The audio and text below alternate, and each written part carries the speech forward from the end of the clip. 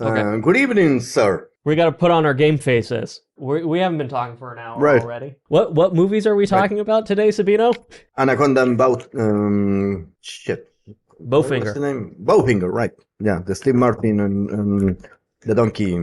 Eddie Murphy, Bowfinger, right. Eddie Yes, Murphy, Eddie Murphy. Robert Downey Jr. I was And very surprised to see that. I was surprised. No, I forgot that he was in it. I don't really like Eddie Murphy. He doesn't make me laugh. He made me laugh as a donkey in Trek. Mm-hmm. Well, when I was little, yeah, but it's a hard thing to be raised in a Latin American country because all the movies that you consume on TV are dubbed, and you cannot change the voice of Al Pacino and get away with it, right? So True. it's a very different experience to watch a movie again with the voices, the original voices, even with the animation. So this is my tease for our fuel tank discussion about Anaconda and Cannot believe Bowfinger. we're doing this. Yeah. We're making a pod about a movie about making a movie and how this other movie about making a movie is a way better example about being a movie about making movies. I had to write Pretty that much. down because it was so Yeah, you lost me. twisted. Do you have any particular tease as to your opinions about these movies? Oh man, it is hard because this movie, I think, is a titanic like failure. Like it's sinking very slowly towards You're talking the about end. you're talking about Anaconda. I'm talking about the Anaconda. And With the there's a bow. twist. There's a fascinating twist about that movie too. That about the writer director, specifically the director of the movie. Yeah, a real life one. That you teased, and I think you teased it accidentally. So that's going to be fun to talk Really? about later. Yes. And with Bowfinger, I don't really like Frank Oz. I respect him. I think of Frank Oz and I think of Yoda. I stopped writing at some point, and I just enjoy Bowfinger. Bowfinger may not have like I don't have like the whole movie in the top of my head. Anaconda, sadly, I do because it was fascinating how they fuck up a movie with a director that is competent. Yes. Yes. Yes. A lot of missed opportunities, I will say. Totally. All right. That is a great tease.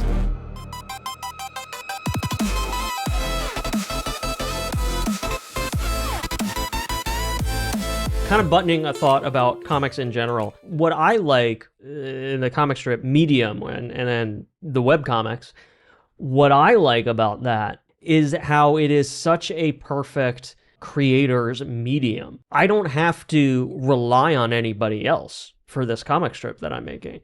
You Right. know, and the philosophy that I had when I was, years ago when I was doing Seminal Works was whatever creative instinct, whatever creative idea I might have for this story or that story or a video or a movie or whatever, I basically said, hold it, find a way to put it in that comic. And, you don't need a budget. You don't need a producer. You don't need, dude, I was thinking even my older brother of whom I do not speak of and have zero relationship with, but the completely talentless guy, and he did his own webcomic back in the day. Total piece of shit, but like it existed, and he was able to do it. Right. And as a writer first, he was able to translate those written ideas into a graphical form. It is a near perfect creative medium Accessible. that I don't spend any time reading, but I'm making it. I'm weirdly conflicted about that, and I don't really know what to do with that. Did you know that the director of the first Rocky, the one written by Sylvester Stallone, the 79 Rocky, the original Rocky, he wasn't a fan of boxing and he never seen a fight and still directed one of the most engaging fights until that point in the history of filmmaking. I think there's a correlation there. You don't have to know that shit in order to make something meaningful. And that way you can innovate. And that's my point is I'm a much better creator than I am a consumer because the only things I really consume is movies and television, Right. books, Yeah. and YouTube. But as much as I'm putting such an effort into this comic strip right now, and historically that I've done with comic strips, and I've read Right. comics historically, and there are a couple of like even comic books. There are a couple that I'm on my to read and in the process of working through, but they just don't grab me the same way. But I don't know. It's I just wanted to put that little coda in there. I don't have a lot of progress report here. That makes me feel better about myself. The new comic strip is up, but what I want to show is that the first strip Oh, great. is officially live. Yeah, I put the links in the last episode. But this is what I want to share. These are the panels. I like this way of doing it is it's a fun little tease. These are the panels for the second strip. There's an interesting cinematic take to this one because again, we want to set the scene and then we go inside the trailer. It's a very tiny trailer. 3 people crammed inside this very tiny trailer. It gets very cramped. Tobias Rex, which is the boy in the background, has the dinosaur on a shirt. Right. He's impulsive and very excitable and very enthusiastic. And in the foreground here is Zenith Apostrophe, and she is very logical, very methodical, and super intelligent. Exactly. Right. Trailers of yourself. Actually. Exactly. That is the point of these characters as I was developing, and they were the 2 aspects of my own personality. So Tobias, I realized, literally can be bouncing off the walls. He doesn't need to be constrained by the physical reality of the trailer. So it starts there, and then he's like, gets all up close to the frame and like staring and being confused. And then I love this one where he's coming down from the ceiling. Like every shot gets progressively weirder. I actually really like this shot because again, it's so cramped. As soon as the 2 kids are in the foreground, you can't even see my character in the background. And then something stupid is said and I like pop up and like, what the fuck are you guys talking about? And then we finally introduce the new character, which is the point of this strip. This is the professor character, and he is an AI assistant. It's explained in the strip, but Zenith brought a mobile hollow emitter with her from the future that they came from. That's how he exists in this world. So there's like a big zwap, and all of a sudden he appears, and that's the end of the strip. But I had fun once I unlocked it. Amazing, man. Yeah. Once I unlocked like Tobias being the character that kind of can add so much dynamism to this sequence, I really had fun laying this out. So yeah, this was my progress report. And again, both strips are officially online at emergencycreative.com. That's cool. I loved it. I was thinking about something the whole week because of my drawing of the Devil Stairs. I'm not finished with this because I got sidetracked, but I do want to say something about this. I think it's important. When I was making my drawing and I was thinking about your recommendation of playing with the shadows and the shadows to represent more the reflection of what they really are. And in order to make that effect, I will have to light the scene. And it was funny because I was watching SimCity, the new one, named to Kill For. Not the original. I like the original. The second one I didn't think it was more of the same. And he nailed it in the first one, and then the second one is just reductive. What else are you bringing to the table? You nailed it. The first one was perfect. Let's just leave it. Yeah, exactly. Kind of the same with the Lord of the Rings, like the first trilogy, and then you have the Hobbit trilogy. Just because Gandalf is fucking dying, and we're gonna lose a lot of money if Ian McKellen dies. But back to the point. In order to make that shadow, I have to not follow the rules of reality. So I will have to put a light on here and cast a long shadow there and make the moon like whatever. And I was really struggling with that. And then I remember man, it's a drawing. I have all the fucking liberty of the world to make it work like I want to make it work. And I can see that in your comic, like the crowded inside the band. And I can see that in Bowfinger, when the first shot that I love, after that just lost me, but they're not aiming to be realistic. They are aiming to deliver a message. That's the point that I wanted to make, because I think it all connects with Bowfinger and my drawing and your comic strength. Well, that's the whole point of these conversations, that they are all connected and they're interwoven. You stumbled upon like one of my favorite writing tips. When you're writing characters and telling story, you do want to breathe life into the characters to a point where there are times when the characters start saying things and doing things that you weren't expecting, and it's a very magical experience when that happens. What I think a lot of novice writers forget is that you are the writer, and if you need something to happen, it is your story and your characters. You can figure out a way to make it happen. You're the god of this world. The Deus Ex Machina. All you have to do is figure out how to make it happen. If you need to show these demonic shadows, or the shadows that represent the internal innocence or evil of the characters, it's your art. It's your creation. Whatever levers you need to pull, however you need to fake it, it's your art. You can do it. Drawing, yeah. You can put the sun behind the moon, and it will actually make sense if you draw it right. Why not? I like I remember Magritte. It's a very important artist. The guy with the tie with an apple. Okay. Oh shit! My brain is actually going like to 10 different directions. Like a Stranger Than Fiction movie with the narrator actually has a lot of influences of that painter. And this painter made a series of painting where the sky was blue and it was like sunny, but from the bottom down, you could see the street with shadows, like it was night. And he inverted it.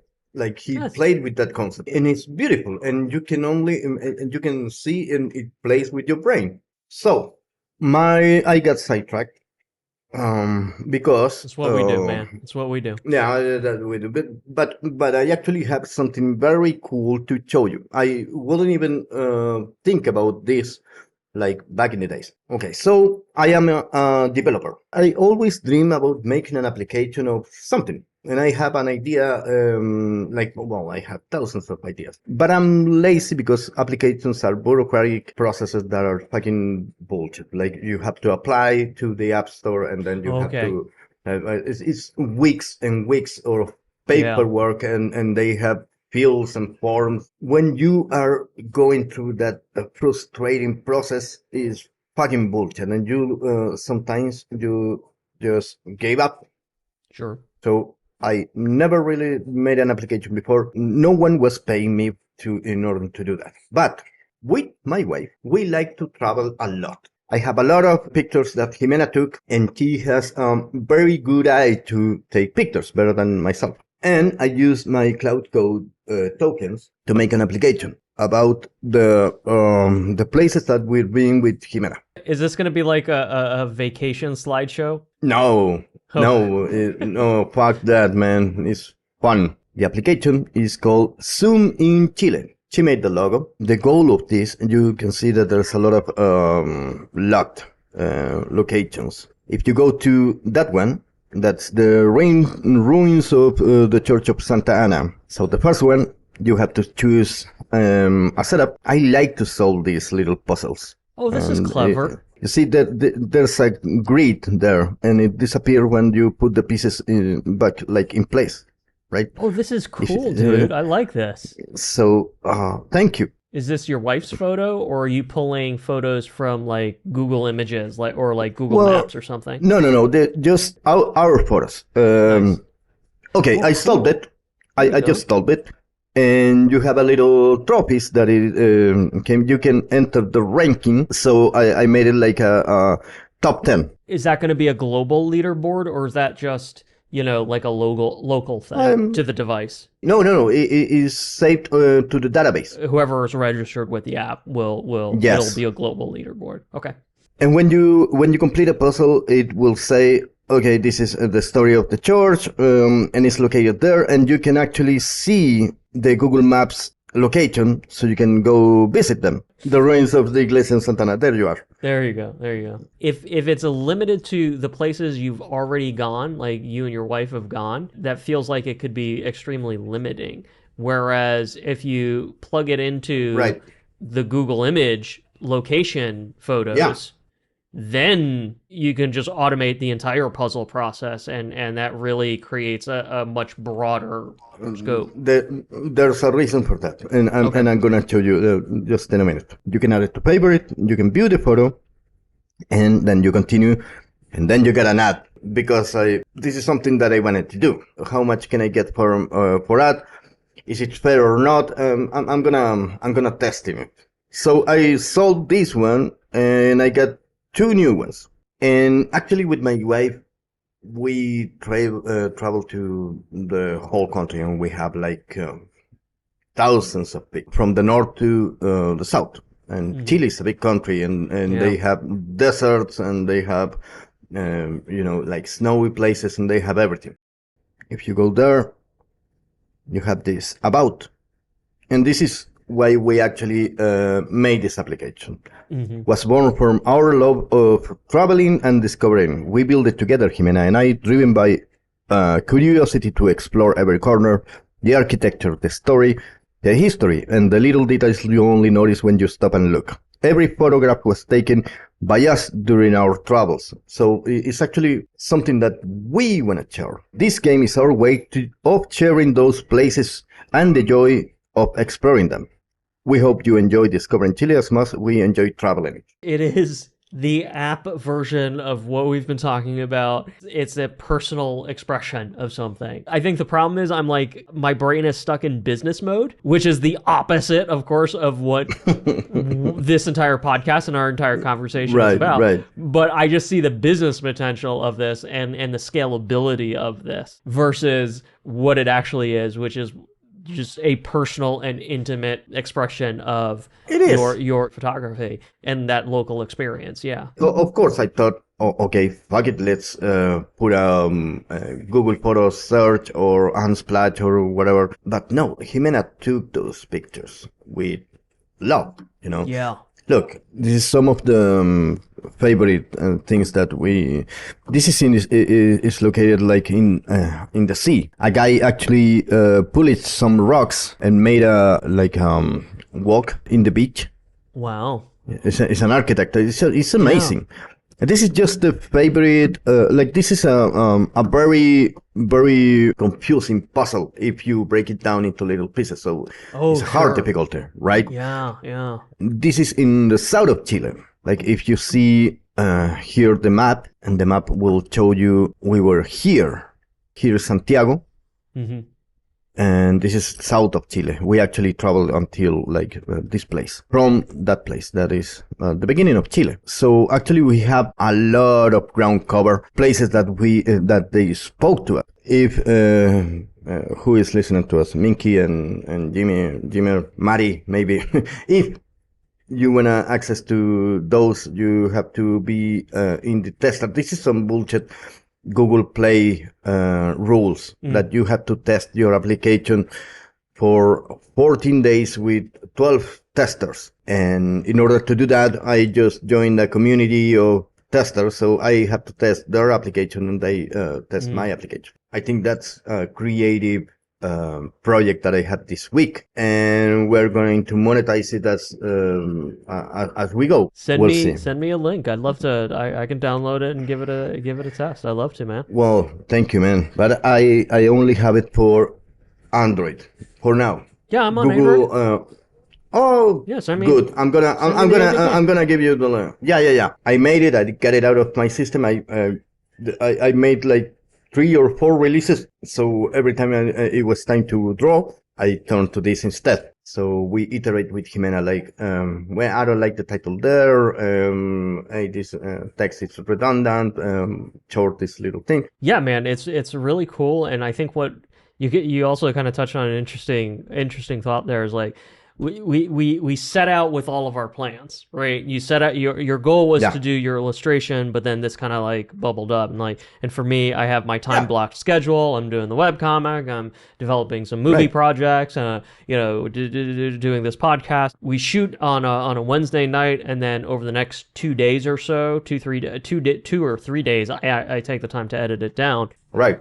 The goal is a healthy balance, to not myopically focus on a single thing, because that's a fast way to burn out, but to create that healthy balance. And I think what's interesting as we progress through our days and through the weeks, and as we're investing and cultivating these interests, the most important passions tend to bubble to the top. Right. So like for me, as much as I want to work on the ukulele and practice music, that keeps falling to the bottom of my list. And I found a really happy rhythm where this week it was the first part of the week I'm just getting the comic done, and I love the finished version of the comic, and then now the back half of the week I will be working on the pod and getting that out the door. So I don't know, I think it's interesting. We go in with the best intentions, but our truest passion has a way of taking up our priorities. Well, the important thing is that don't stop. Yes. I actually went out of my way, and I do have some tools that I bought. A new charcoal that I'm learning, the white charcoal and the blender, in order to make shadows and the effect that I'm trying to make with the shadows, right? Some hoodie, I think it's like a molding. It's not like an eraser. It's not about abandoning something, but it is interesting. No. Like you are a tech developer, and there is a creativity and purity to what you're doing with that app. It's not an issue about abandoning the illustration, but it is a prioritization. No. Yeah. As soon as I get it out to the Play Store, the sooner it's gonna go live. I'm ready to have my heart broken again, because I don't know how it's going to go. Yeah. Well, I'm very happy with the way people reacted to it. Like, I just put this cell phone and I just give it to my friend without any explanation, and it's something in your brain that you gotta solve this shit. Exactly. You move one and you're hooked, and you cannot leave it until you finish the puzzle. Every person that I test the application like live, I don't know if they're being polite or not, but they finish it. But the heartbreak is real, man, and I'm speaking from experience. You put your heart and soul into a project like a fucking feature film, and it's got 93 views on YouTube. So I feel you, brother. And the other angle there is a self-made feature film is one thing, but like when it's a studio-made feature film, and it lands with such a, like, it's not just us saying the new Anaconda starring Jack Black and Paul Rudd is utter fucking dog shit. Here we go. This was a bad fucking movie that that audiences rejected, and it was a bad movie. We do forget, not that it's our responsibility, but we do forget there were people who cared about this movie at some point. Who cared about the making of the movie? That is a very good question. I mean, I would argue that at some point, someone wrote this screenplay and cared about the screenplay. Now, is that screenplay what wound up in cinemas?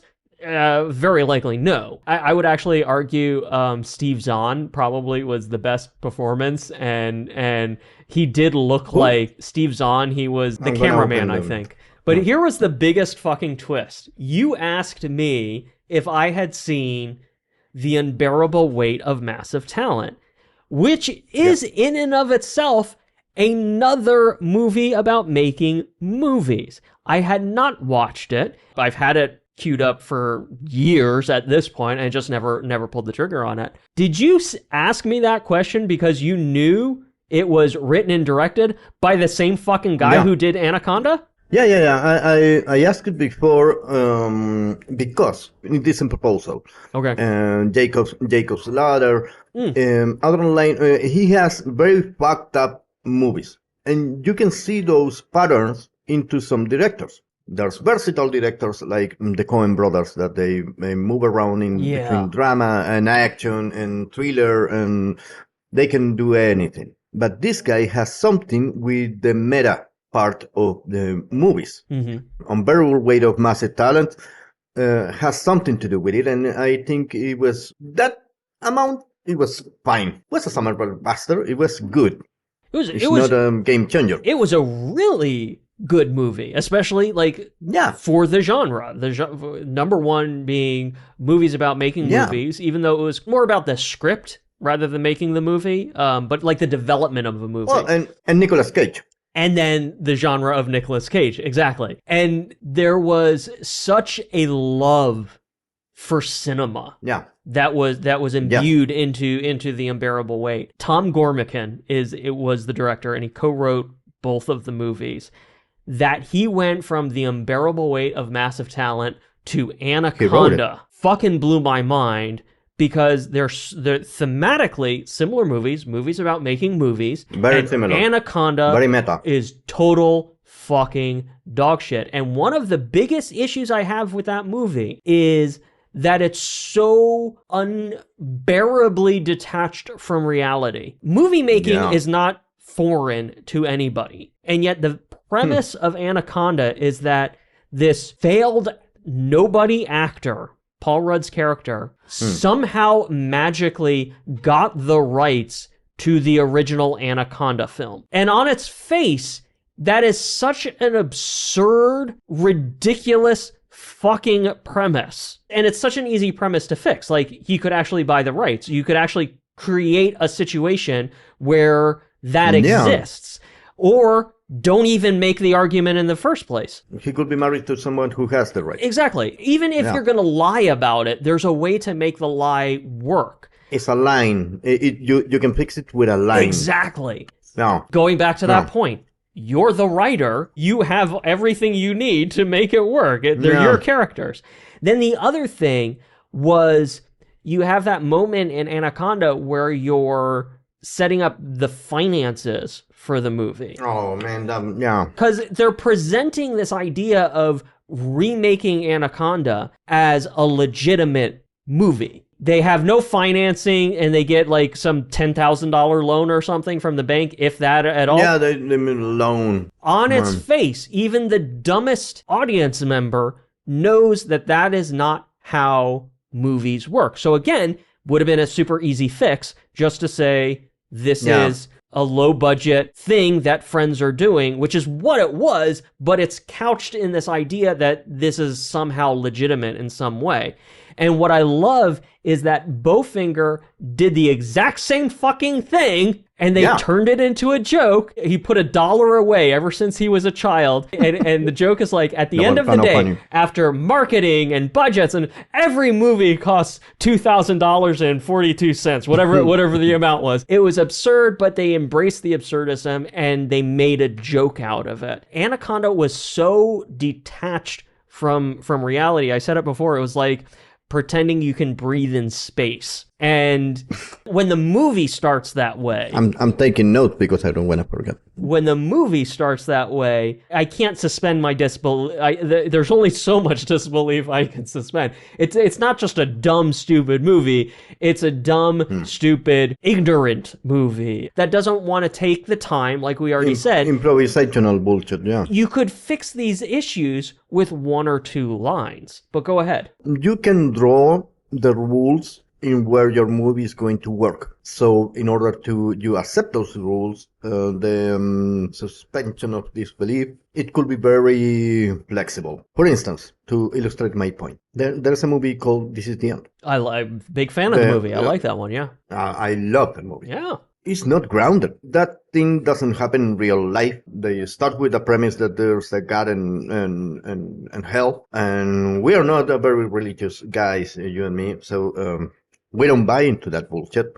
But still, we buy it because of the movie. I'll jump in here too. Like, I am a big hater of The Exorcist and movies like horror, religious horror movies because of that atheism. I just don't even buy into the premise in the first place. But you're making an excellent point. This is the end. I'm okay with it. It works for me. They created a world where it works. Yeah, where the devil exists. And in The Exorcist, it's the same premise, but you didn't buy it. Yeah. I buy it because of the cinematography, and I like reading the Bible. I like the stories of the Bible and the story of Jesus. I found it fascinating. Mm-hmm. Now, going from there to actually believe that there's a guy in the sky pulling the strings is a little too much for me. Ghostbusters, they solved it with a very comedic line. They went to the bank to ask for money in order to get the big, because they're entrepreneurs. You know, it's just a dolly shot.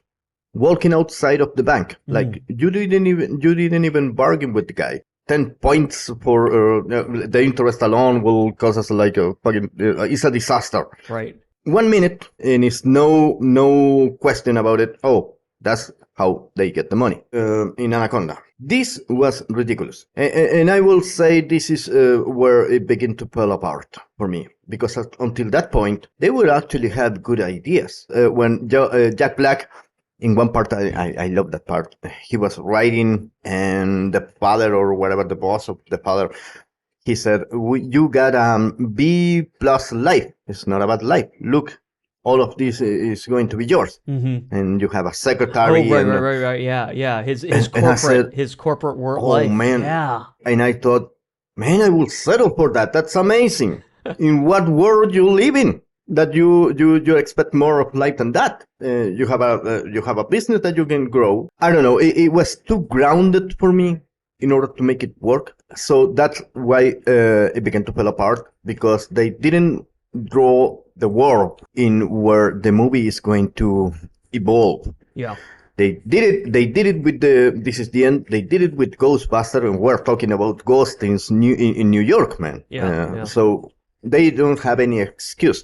And the other thing you said is like, it's stupid that you can breathe on space. And I remember Prometheus. The first thing that they do when they land on a distant planet is take off the helmet. And it was fucking stupid. You don't do that. Like, you're supposed to be an astronaut. Galaxy Quest. Is there air? You don't know?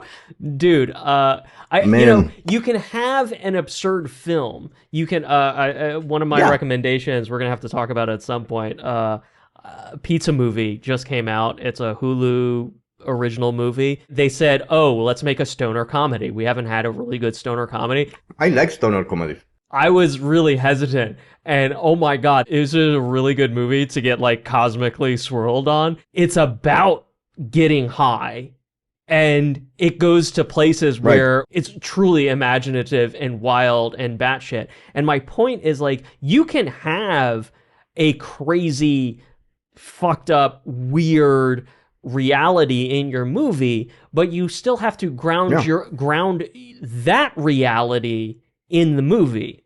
You know, you have to have rules for that reality that make sense in the context of the movie. It doesn't have to make sense in the context of the real world, but it has to make sense in the context of the movie.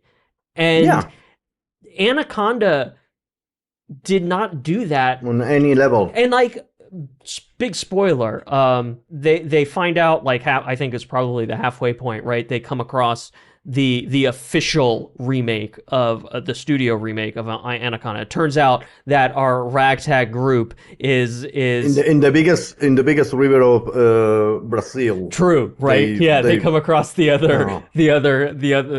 big budget real remake of the movie. You cannot stretch the reality of the framework that you establish, unless that's the point. Like, I remember From Dusk Till Dawn, when you start with a very defined framework of fugitives. Yeah. And this is a drama with the priest and his family, and he lost his wife.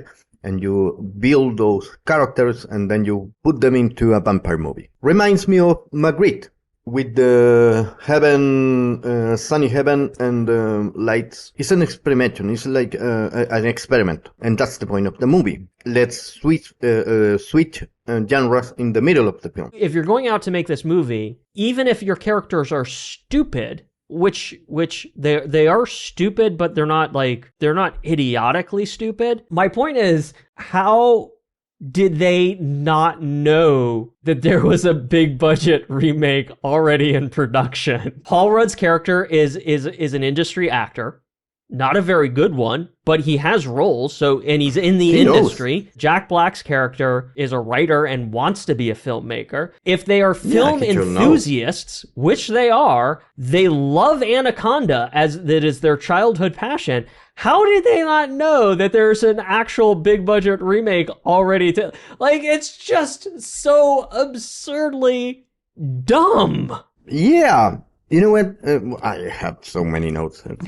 Give me frustrating. I remember. What are some of your top three okay. notes that you have? Okay, well, there's so many nonsensical bullshit, like not knowing that there's an Anaconda movie.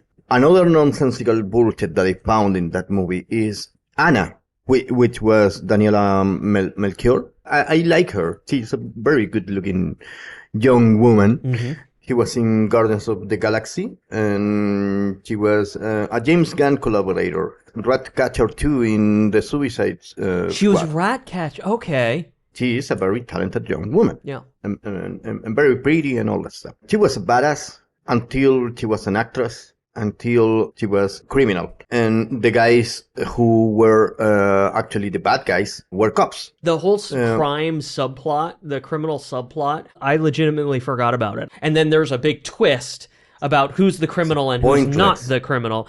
And yeah, we showed up for a movie. Shot. That's not how you twist a movie. Like, you don't lie to the audience unless you're super clever, like in The Sixth Sense with Bruce Willis at the end, realizing that, oh, fuck, I'm dead. And you're revisiting the movie, actually making sense with, oh, that's why the wife didn't talk to him. It's very clever. When you have the twist, you do have to set up the twist. You have to set up exactly. The twist. To be fair, the twist, this twist with the criminal subplot was obvious from the jump. The moment she came on screen, it was perfectly obvious, and you could tell where it was going. True. The point is, she stole a boat. Exactly. So the whole point is that.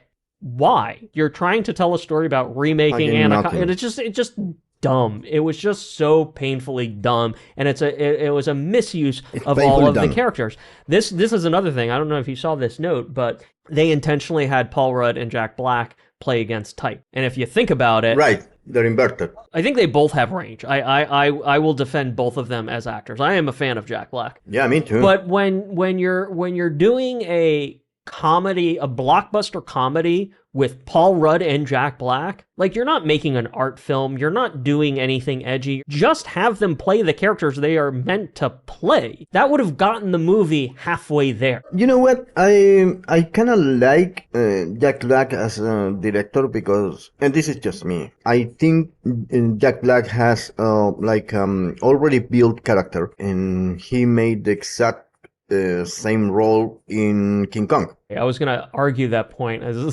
by saying, until you remember that he played the director in King Kong. And again, that's a fucking amazing movie, fucking amazing performance. Yeah. None of that was in Anaconda. None of that. And it was frustrating. This movie has real problems, like in real life, like problems like Apocalypse Now, where a tornado fuck up the entire set. I think they have production problems that forced Tom Gormican or something to change the third act on the spot. Oh, really? IMDb trivia. That would explain a hell of a lot. That would explain a lot, yeah. Explains a lot. I think he had a tighter movie because he was making just with Pedro Pascal, a Chilean, by the way, and Nicolas Cage, both great actors. That is the shame of Anaconda. It is from a writer and director who just did The Unbearable Weight.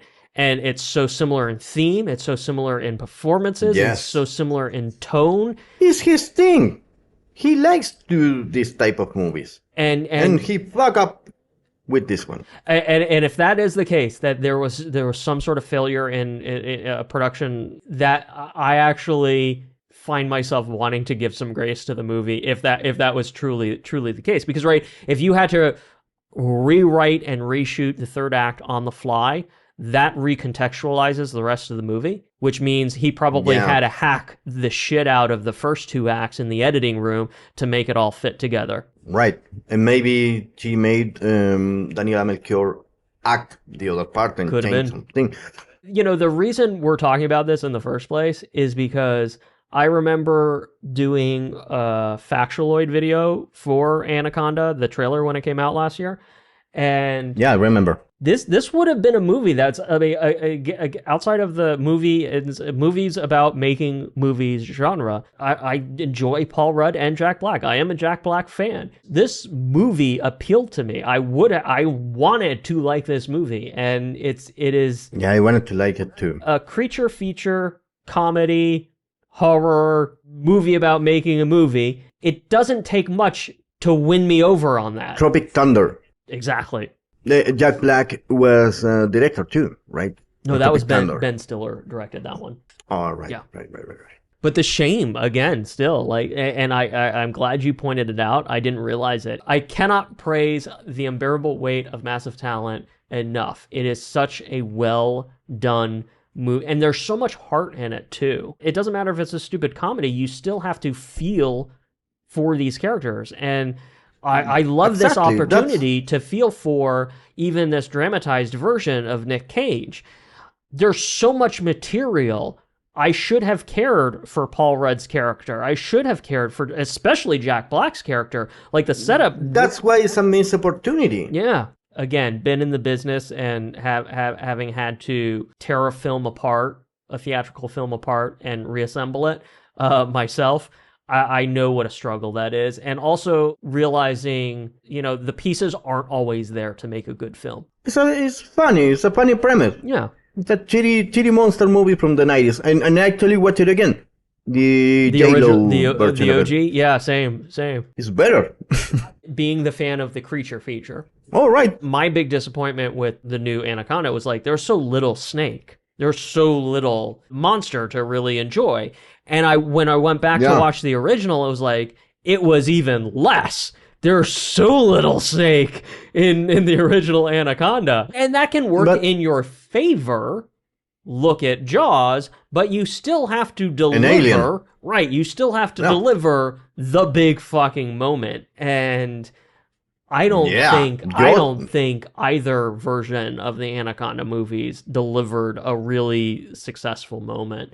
I take that back. In the original one, I'm remembering the final underwater battle, man. No. I might have passed. Oh yeah. The underwater when it ate the guy, you could see the figure of the victim inside the Anaconda. Oh, the guy was passing through the tip. Yeah, that was a beautiful there were a couple. I think there were too ambitious.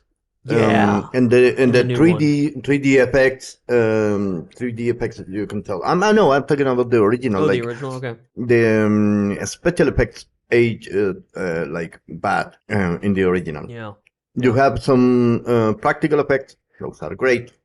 But for the final battle, for a lot of the interaction with the actual Anaconda, you could see that CGI. And I think those guys were too ambitious. This is a different type of ambition. I think it get out of hands. But then again, we're criticizing movies because it's funny and we don't make shit. You just talk shit about some come on. That is the point. That is the point of this. We do make shit. And to various degrees, various and different degrees. I made my own feature film. I've made my own feature film twice. I've made two indie films solely by myself. I also just came off of being an associate producer on another film that is coming closer and closer to landing its theatrical release. So we aside from our personal creative and everything else, there is some industry, filmmaking and story expertise at play. And here. we care. weaker. Absolutely. We're not just talking chat about talking chat. It's just Yeah. we get frustrated about things that should work, but they didn't. Exactly. So I think there's a lot more to talk about, certainly with I know. Bowfinger, but it's late. Yeah. I want to wrap things up. What are we going to talk about next week? Oh, you got me off guard. I don't know. A new movie called The Infinite Husk. It's a very, very small indie film that came out this year. I am pretty sure that this is a contender. The Infinite Husk is a contender for one of my favorite movies of the year. It is a very slow paced film, but I love weird movies. I love weird movies that are done well. There are low Right. budget shitty movies that can be enjoyable in and of themselves. But this is a low budget weird movie sci-fi film that's done really well. If I had known it was going to be that good, might have saved it for tonight because that's what I need. I just want Right. like a really good mind fuck kind of movie to dig into tonight. I'm very excited. So that's what I have planned after this call. So this is the perfect evening for me. I'm really looking forward to all of this. Sounds exciting, man. It's a Yeah. good thing when you watch a movie on your birthday. I do that too. Like I don't like to celebrate. Jimena, my wife, she is very like let's celebrate every saint, every the day that the dog born, whatever. And she loves that special days. But there's so many of them, so they are not special anymore. So If every day is special, no day is special. Yeah, yeah, like the totally. Incredibles. When everybody has some superpowers, no one is. If every Yeah, exactly. Yeah. you have another type of those type of movies. Just to make myself an idea of the tone of the movie. I don't think it's the same tone because they're very different movies, but my favorite movies of the past years. Yeah, So last year was Mr. K, starring Crispin Glover. That one should be a little bit more widely accessible since I last talked about it on right. my vlog. Not only was it favorite movie of last year, I would definitely mark it as one of my top 10 films. Oh wow, It's a really good. And then probably a little bit closer to The Infinite Husk is I saw the TV Glow. I was thinking But of even that. yeah, but again, like, dude, I saw the TV Glow, like, so fucking peak. That is And so weird, so lynchy, fucking and peak. no, Yeah. no, Infinite Husk comes in, I think, falls short, but that's the right. problem with I saw the TV Glow. Everything falls short of that movie. Like it is Yeah, they so embrace the perfect. weirdness, right? Yeah. That reminds me of David Lynch. I don't like David Lynch that much because I'm stupid and I can't get the story of the plot. Like I'm desperately trying to find the plot where it's an emotional movie. It's like more an Yes. oniric Yes. sensations, and I don't not my thing.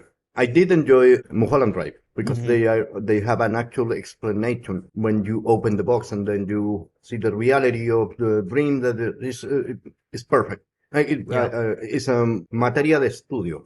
Like you should study that thing from breaking down from the script perspective. Yeah, you're preaching to the choir, and it's probably one of the great filmmaking, film enthusiast shame. I respect the hell out of him, love him as a creator. No, Not a huge fan of like I've tried so many times, and that's the thing. I Yeah. cannot get into his I can't get into his material. Right. You can respect someone and not have a blast with their work.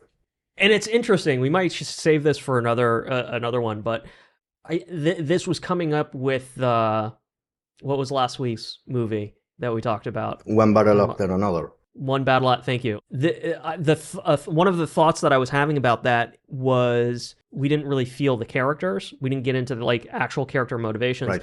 and I need to empathize with these characters and motivations. Right. And I feel like we're in a time right now where especially now with modern filmmaking and the right wing's war on empathy. Like there's this fear that empathy is somehow a bad thing, and yet film as a medium is an empathy engine. That is the whole fucking point of filmmaking, is to get into someone else's brain and understand their motivations, hopes, and desires so that you feel what they feel. And I feel like that was a key element that was missing in One Battle After Another. Not to go back to that movie or relitigate that at all. Right. But what was interesting to me is that was a personal insight as to what I really value in the filmmaking process. And when a movie doesn't deliver, the empathy factor, in a meaningful way, as well as everything else we've talked about, like meeting the moment, telling that compelling story. But the empathy thing, like, go back to A Night of the Seven Kingdoms. Where was the angle into these characters? I know you had a different experience with it, but I needed to feel that empathy, and I couldn't feel that for any of those main characters. You didn't find it, right? Yeah. Well, it's actually something that I think it applies to every form of artistic medium. Right? Totally. When you make a picture, or when you make a song, or when you watch someone dance, I don't know, architecture, 7, 9, comics, video games, food, the culinary aspect. Yeah. But sometimes you don't wanna eat plate of you wanna just a cheeseburger, and the menu. The menu. That's a beautiful example. Fucking yeah. Sometimes you just feel like having a burger, or watching Transformer, or some Adam Sandler bullshit, because you're not in the mood to enjoy The Godfather. Well, that's a good point, because everybody is different and everybody is unique. Yeah. And so I think that's important to clarify here. Just because, something isn't working for me doesn't mean it didn't work for you. Like, which seems to be the case over and over again with everything we talk about. But the point remains, I love what you said, Transformers might strike a chord in me that you know nothing about. I might have a deep childhood connection with those toys, or whatever the case may be. And that gives me an emotional connection that allows me to empathize. Ratatouille effect. Exactly. I think it's hard to ever say definitively that a movie is good or bad. Although I think I've probably made a pretty good effort doing that. So I don't know, man. I don't know. You can have like technical arguments, and you can vary any movie with your technical arguments. But from a sensational, sensitive perspective, man, I enjoy the cringiest shit. For sure. And I watch it again and again. We can look at films from the craft side, but I do feel like it is the filmmaker's responsibility to play the empathy card, to provide that empathic connection with the characters. Yeah, you have all these tools. Right. Like, again, that is the fucking point of film, to create that connection. I guess that is what is debatable on a broad scale. Is it my fault as the viewer not being able to, like, Iron Claw is such a great example. Like, is it my fault that I was unable to connect with any of these characters, or was it the screenwriters and the director and the filmmaker's fault that they didn't find the emotional core of these characters and put it on screen? Right. You can criticize it from filmmaker perspective, and like I said, you could have all these arguments and fancy arguments about this works and it doesn't work. The first act is too long, it's too short, or is no relatable character until I still remember the episode 1, 2, and 3 of Star Wars, the Phantom Menace, especially. You don't have a protagonist, and you don't know who to follow. Is it Obi-Wan Kenobi or is it the older Qui-Gon. guy? Yeah, quite. Qui-Gon Jinn. Thank you. I can't even remember that character, and it's not Anakin because Anakin appears like in an hour into the film. So what the fuck are you doing, George Lucas? Not using the tools that you have in order to make a story to make sense. But Yeah. I understand that some kid, it was the happiest day of his life because he was connecting with their father or mother or whatever, and they went to the films and create a very emotional experience, Yeah. like an emotional anchor. And that movie is going to be special for you forever. So it's good that we separate things. A movie could be good or bad. That doesn't mean that it spoke to you or not.